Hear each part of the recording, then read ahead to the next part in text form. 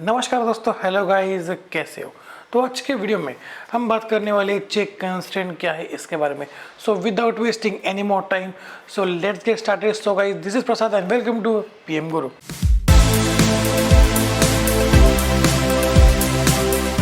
So what is check constraint? ठीक है, it is used to limit the value range that can be placed in a column.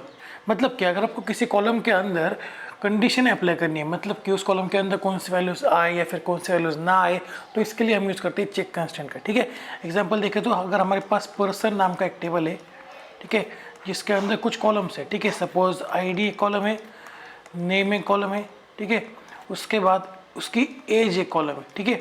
और अगर आप चाहते हो कि इस टेबल के अंदर ऐसे ही पर्सन की इंफॉर्मेशन ना आए जिसकी जो एज है वो ग्रेटर देन और इक्वल टू 18 हो, तो ये कंडीशन अगर आपको अप्लाई करनी है एज कॉलम के ऊपर, तो हम यूज़ करते हैं चेक कंस्ट्रेंट का। तो अगर आपने age is greater than equal to 18 कर दिया, तो इसका मतलब ये है कि इस टेबल के अंदर ऐसा कोई भी रिकॉर्ड इंसर्ट नहीं हो पाएगा जिसके अंदर एज जो है वो 18 से छोटी है।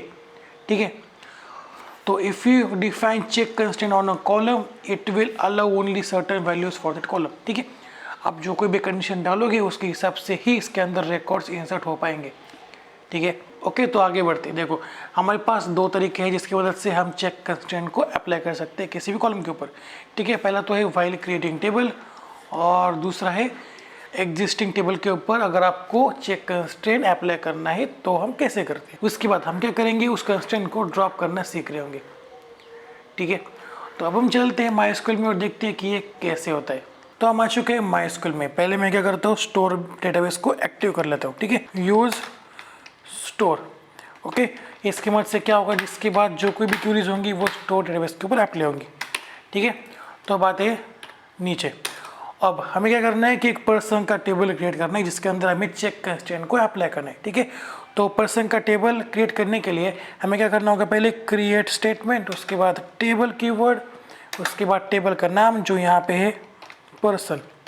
ठीक है, अब बात है नीचे, और यहाँ पे हमारे पास 4 कॉलम्स है। ठीक है, पहला तो है आईडी, दूसरा है पर्सन का नाम, तीसरा कॉलम है ईमेल एड्रेस या फिर फ़ोन नंबर डालूंगा मैं। ठीक है, और चौथा होगा एज उसकी। तो मैं क्या कर लेता हूँ, इनको पहले क्रिएट कर लेता हूँ, उसके बाद आगे बढ़ेंगे। ठीक है, ओके, तो अब अगर मैं इस क्वेरी को फायर करूँगा तो क्या होगा, एक सिंपल पर्सन का टेबल क्रिएट होगा, राइट, जिसके अंदर पीआईडी जो है वो प्राइमरी की है। बट हमें क्या करना है कि एज कॉलम के लिए चेक कंस्ट्रेंट को अप्लाई करना है। ठीक है, वो कैसे होगा, कॉमा लगाओ और आओ नीचे, यहाँ पे चेक कीवर्ड का यूज़ कर दो, चेक कीवर्ड, उसके बाद इन ब्रैकेट यहाँ पे आपको डालनी है कंडीशन। तो मैं कंडीशन डालता हूँ एज इज ग्रेटर देन और इक्वल टू 18। मतलब कि अगर एज 18 से ऊपर है तो ही वो रिकॉर्ड इस टेबल के अंदर इंसर्ट हो पाएगा, और अगर एज जो है वो लेस देन 18 है तो वो रिकॉर्ड इंसर्ट नहीं हो पाएगा, एसक्यूएल आपको एरर थ्रो करेगा।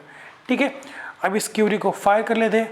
ओके, अब फायर कर लेते हैं। ओके, तो बात है डीडीएल में, मतलब कि स्कीमास के अंदर आते हैं। यहाँ पे मैं रिफ्रेश कर लेता हूँ, उसके बाद आते हैं आई बटन के ऊपर और मैं आता हूँ डीडीएल में। तो अब देखो यहाँ पे कंस्ट्रेंट पर्सन CHK1 आ चुका है। ठीक है, मतलब कि कंस्ट्रेंट यहाँ पे अप्लाई हो चुका है जिसकी मदद से कंडीशन लगाई जा रही है एज कॉलम के ऊपर। ठीक है, ये तो होगा पहला वे कि जिसकी मदद से हम चेक कंस्ट्रेंट अप्लाई कर सकते हैं। दूसरा तरीका क्या है कि कैसे आप एग्जिस्टिंग टेबल के ऊपर ये कंडीशन लगा सकते हो। इसके लिए मैं इस क्यूरी को कॉपी कर लेता हूँ, मतलब कि इस स्टेटमेंट को कॉपी कर लेता हूँ। ठीक है, और इसको मैं रफ कर देता हूँ।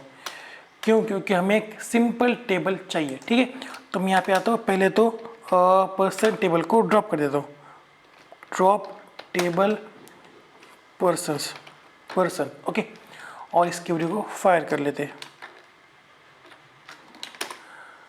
ओके, तो अब इस क्यूरी को भी फायर कर लेते हैं जिसकी मदद से क्या होगा, एक सिंपल पर्सन का टेबल क्रिएट होगा, राइट। अब हम क्या करेंगे, अल्टर स्टेटमेंट की मदद से पर्सन टेबल का जो एज कॉलम है उसके ऊपर चेक कंस्ट्रेंट अप्लाई कर रहे होंगे। तो सिंपली हमें अगेन क्या करना होगा, अल्टर स्टेटमेंट करना होगा। ये हम काफ़ी वीडियो से यही कर रहे हैं। ठीक है, जब भी आपको कोई कंस्ट्रेंट अप्लाई करना होता है एग्जिस्टिंग टेबल के ऊपर तो हम करते हैं अल्टर स्टेटमेंट के यूज़। अल्टर, उसके बाद टेबल कीवर्ड, उसके बाद टेबल का नाम जो यहाँ पे है पर्सन। ओके, अब आते हैं नीचे, यहाँ पे हमें क्या करना है, ऐड कीवर्ड का यूज़ करना होगा, ऐड स्टेटमेंट का हमें यूज़ करना होगा, ऐड, उसके बाद चेक कंस्ट्रेंट, उसके बाद इन ब्रैकेट यहाँ पे कंडीशन डाल दो। यहाँ पे क्या है, एज इज ग्रेटर देन और इक्वल टू 18। ओके, और ये क्यूरी फायर करते ही आपके एज कॉलम के लिए चेक कंस्ट्रेंट अप्लाई हो जाएगा। ठीक है, अब इस क्यूरी को भी फायर कर लेते हैं और आगे आते स्कीमाज में और रिफ्रेश कर लेते हैं। ठीक है, अब आते हैं पर्सन टेबल के अंदर और यहाँ पे डिटेल के ऊपर क्लिक कर लेते हैं। ठीक है, देखो यहाँ पे अगेन कंस्ट्रेंट आ रहा है, कोई भी दिक्कत वाली बात नहीं है। ठीक है, तो अब हम क्या करते हैं, एक बार ना वैल्यूज को इंसर्ट करके देख लेते हैं। ठीक है, इंसर्ट के इनटू टेबल का नाम क्या है हमारे पास, वही पर्सन। ठीक है, और वैल्यूज। ओके, मैं वैल्यूज यहाँ पे डालता हूँ 10 कॉमा पर्सन का नाम यहाँ पे डालता हूँ प्रसाद। ठीक है, उसके बाद फ़ोन नंबर में कुछ भी डाल देता हूँ। ओके, और आगे मैं वैल्यू डालता हूँ 70। ठीक है, तो अगर मैं इस क्यूरी को फायर करूँगा तो क्या होगा, एसक्यूएल मुझे एरर थ्रो करेगा। क्यों? क्योंकि यहाँ पे चेक कंस्ट्रेंट अप्लाई हो चुका है, जिसकी मदद से हम एज कॉलम के लिए कंडीशन अप्लाई कर रहे हैं कि जिस पर्सन की एज 18 से ऊपर है वही पर्सन की जो इन्फॉर्मेशन है, वही रिकॉर्ड जो है वो इस टेबल के अंदर इंसर्ट हो पाएगा। तो अगर मैं इस क्यूरी को फायर करूँगा तो एसक्यूएल मुझे एरर थ्रो करेगा। ठीक है, तो रन कर लेते हैं। तो देखो चेक कंस्ट्रेंट यहाँ पे अप्लाई हो चुका है। तो ये क्या कर रहा है कि चेक कंस्ट्रेंट वायलेटेड, मतलब कि चेक कंस्ट्रेंट जो है वो यहाँ पे उसका वायलेंस हो रहा है। ठीक है, तो अब समझ में आ रहा है क्या करता है चेक कंस्ट्रेंट। तो आप क्या कर लेते हैं, चेक कंस्ट्रेंट को कैसे हम ड्रॉप करते हैं वो देखते हैं। इसके लिए हमें अगेन क्या करना होगा, अल्टर स्टेटमेंट का यूज़ करना होगा। अल्टर टेबल कीवर्ड, उसके बाद टेबल का नाम जो यहाँ पे है अगेन पर्सन। ठीक है, पर्सन। अब आते हैं नीचे, उसके बाद यहाँ पे सिंपली ड्रॉप स्टेटमेंट का यूज़ कर दो। उसके बाद यहाँ पे हमें क्या करना होगा, जो कंस्टेंट का नाम था वो डालना होगा, ना कि कॉलम का नाम। ठीक है, तो मैं यहाँ पे आता हूँ पर्सन टेबल में, यहाँ पे आते हैं DDL में, और यहाँ पे देखो पर्सन CHK1 आ चुका है। तो मैं इसको कॉपी कर लेता हूँ। ठीक है, तो मैं यहाँ पे उसको पेस्ट कर देता हूँ। ठीक है, और कर लेते हैं सेमीकोलन। अब अगर मैं इस क्यूरी को फायर करूंगा तो क्या होगा, जो चेक कंस्टेंट है वो ड्रॉप हो जाएगा और उसके बाद मैं इस क्यूरी को फायर कर पाऊंगा। ठीक है, तो इस क्यूरी को फायर कर लेते हैं। अब यहाँ पे एरर आ रहा है। एरर इसलिए आ रहा है क्योंकि मुझे ड्रॉप स्टेटमेंट के बाद चेक कंस्टेंट का यूज़ करना होगा। ठीक है, ऐसा करते ही जो हमारी क्यूरी है वो रन हो जाएगी। ठीक है, अब देखो क्यूरी रन हो रही है। अब अगर मैं इस क्यूरी को फायर करूँगा तो क्या होगा, ये रिकॉर्ड इंसर्ट हो जाएगा, कोई भी दिक्कत वाली बात नहीं है। ठीक है, अब देखो रिकॉर्ड इंसर्ट हो रहे हैं। एक बार चेक कर ही लेते हैं। हम आते हैं स्कीमाज में, रिफ्रेश कर लेते हैं। अब आते हैं पर्सन टेबल के अंदर और यहाँ पे DDL के ऊपर क्लिक कर लेते हैं। तो यहाँ पे देखो कोई भी चेक कंस्टेंट अप्लाई नहीं हुआ है, वो रिमूव हो चुका है। राइट, ओके, समझ में आ रहा है चेक कंस्टेंट क्या है। अभी तक हमने क्या किया कि सिंपली एक कॉलम के लिए ही कंडीशन डाली। तो अब हमें क्या करना है कि भाई 2 कॉलम्स के लिए या फिर उससे ज़्यादा कॉलम्स के लिए चेक कंस्टेंट को अप्लाई करना है, कंडीशन डालनी है। वो हम कैसे कर सकते हैं, वो भी एक बार देख लेते हैं। पहले मैं क्या कर लेता हूँ, इसको रफ कर लेता हूँ। ठीक है, अब आते हैं पहले तरीके की तरफ, मतलब कि जब हम टेबल को क्रिएट कर रहे होते हैं तब हम इसको कैसे कर सकते हैं। ठीक है, तो यहाँ पे हमें क्या करना होगा, जो कंस्ट्रेंट है उसको क्रिएट करना होगा। तो मैं यहाँ पे करता हूँ कंस्ट्रेंट। ओके, उसके बाद मैं यहाँ पे कुछ भी कंस्टेंट का नाम डाल सकता हूँ। तो मैं यहाँ पे डालता हूँ check_01। ठीक है, चेक कंस्टेंट 01। उसके बाद चेक स्टेटमेंट। ओके, उसके बाद इन ब्रैकेट में यहाँ पे कंडीशन डाल देता हूँ। पहली कंडीशन क्या है, वो एज इज ग्रेटर देन और इक्वल टू 18। ओके, उसके बाद आएगा एंड। ओके, उसके बाद मुझे सेकंड कंडीशन ये डालनी है कि अगर नेम जो है वो प्रसाद है तो ही आप इस रिकॉर्ड को इंसर्ट करो। ठीक है, तो मैं यहाँ पे डालता हूँ प्रसाद, मतलब कि किसी रिकॉर्ड के ऊपर एज जो है वो 18 से ऊपर है और जो नेम है वो प्रसाद है, इसके अंदर एंटर हो पाएगा। ठीक है, ओके, तो अब इस क्यूरी को फायर कर लेते हैं। ओके, तो एरर क्या है कि मुझे यहाँ पे एक की इक्वल टू डालना होगा। ठीक है, कोई दिक्कत वाली बात नहीं है। ओके, अब इस क्यूरी को फायर कर लेते हैं और देखते हैं कि क्या होता है। ठीक है, पर्सन टेबल ऑलरेडी एग्जिस्ट, मतलब कि पहले ही पर्सन का टेबल जो है वो एग्जिस्ट है। तो मुझे यहाँ पे ड्रॉप स्टेटमेंट का पहले यूज़ करना होगा। ठीक है, तो आप क्या कर लेते हैं, पहले पर्सन टेबल को ड्रॉप कर लेते हैं। ओके, अब इस क्यूरी को फायर कर लेते हैं। ओके, अब देखो ये क्यूरी फायर हो चुकी है। अब आते हैं स्कीमाज में और आते हैं पर्सन टेबल की आई बटन में और यहाँ पे DDL के ऊपर क्लिक कर लेते हैं। अब देखो यहाँ पे चेक कंस्ट्रेंट आ चुका है जो 2 कॉलम्स के ऊपर अप्लाई हो रहा है। ठीक है, तो आगे बढ़ते हैं। अगर आपको किसी एग्जिस्टिंग टेबल के ऊपर 2 कॉलम्स के लिए चेक कंस्ट्रेंट अप्लाई करना है तो कैसे होगा, वो भी होगा अल्टर स्टेटमेंट की मदद से। मैं इसको कर लेता हूँ कॉपी ओके, और मैं इसको कर देता हूँ रफ। ठीक है, अब ऐसा मैंने क्यों किया कि मुझे यहाँ पे सिंपल पर्सन का टेबल चाहिए, इसके अंदर कोई भी चेक कंस्ट्रेंट नहीं है। पहले मैं पर्सन टेबल को ड्रॉप कर लेता हूँ, उसके बाद इस क्यूरी को फायर कर लेते हैं। ठीक है, ओके, अब आते हैं अल्टर स्टेटमेंट में, और यहाँ पे नीचे आते हैं और यहाँ पे मैं करता हूँ ऐड कीवर्ड का यूज़, ऐड।